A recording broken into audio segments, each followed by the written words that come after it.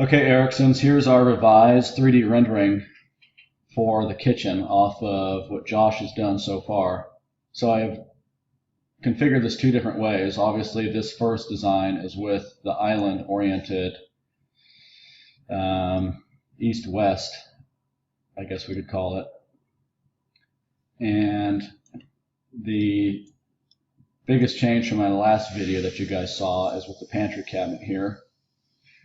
And I'm assuming that we're just doing a standard freestanding refrigerator. This space is 37 inches, which fits 95% of the freestanding refrigerators. And then the wall oven in here, microwave above it.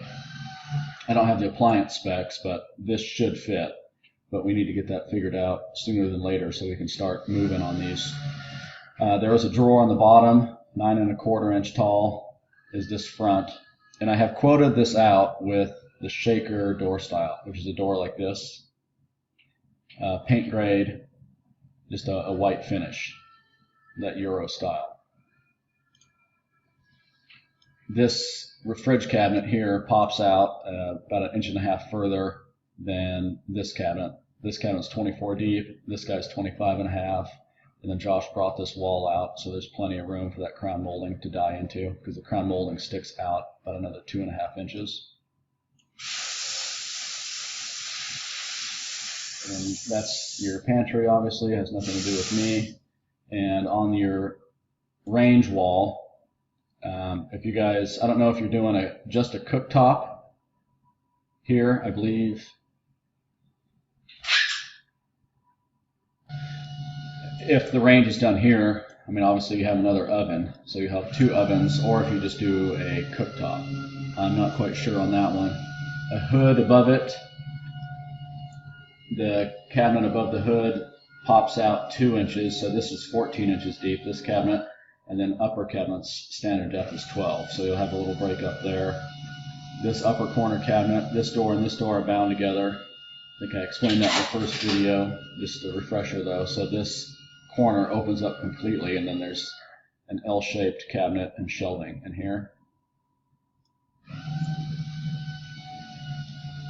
And these doors, I think, would be best if the hinges were on the right side here, just a little bit easier to open. We can flip-flop that and put both handles on this side though, if you want, just so it lines up a little bit better over here. Not quite as easy to get to. Big bank of cabinets here for pots and pans close to the stove. There is a spice rack right here. This pulls out with shelving exposed on the left side. Tray divider, cookie sheets, cutting boards, etc., etc. And then this is that blind corner unit where this would open up, and there's a big piece of hardware in here with some baskets that pull out to make better use of the corner. And that blind corner unit looks like this. This basket pulls out first, and the whole unit slides to the right, and then this basket pulls out behind it. So corners are always a little tricky to make use of, but that's the plan. If you guys like that for that corner. Your sink here, dishwasher to the right of that. There's a trash roll out here, banks of cabinets or drawer stacks right here. And Josh said he's putting a reclaimed wood post here, so the side of that will die on the side here, and then the granite overhang right here. And then this is the original size of the island that we had.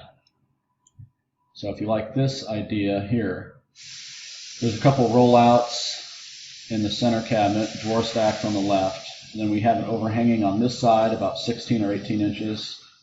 And then on the back side of the island, you can see in the wire rendering mode, there's more cabinets for storage. These are 18 inches deep. So we can see through the countertop there. That's not really that much better. But those are 18 inches deep with adjustable shelving. Not the most convenient storage space with seasonal items to go in there. And then your 3 posts on the corner like that. And our spacing from countertop edge to countertop edge. You have 42 there, 42 here. This way you have quite a bit. That's almost 7 feet. So we can orient the kitchen or the island this way. So when you walk in, and you're going to see part of it,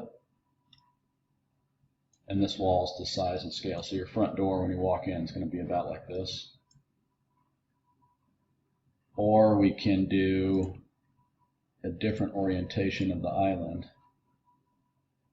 like this. So it's not quite as big. We cut down maybe 16 inches in length. The kitchen, the cabinet size is the same. It's just the overhang, the granite top. So when you walk in, you have a different look, obviously. So Josh, I believe, likes it this way better.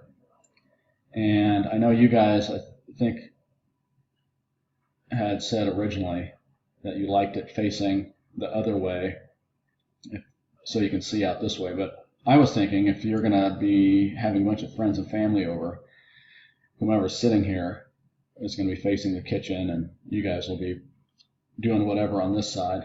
That might be something to think about too, that friends and family are going to be facing you guys if you're working on this side. The island is smaller, and we have a lot of room from this side now to here. This is almost 6 feet, and then we have 42 inches from the front of the fridge to the edge, and from this side to the edge. But like I said, it's not as long.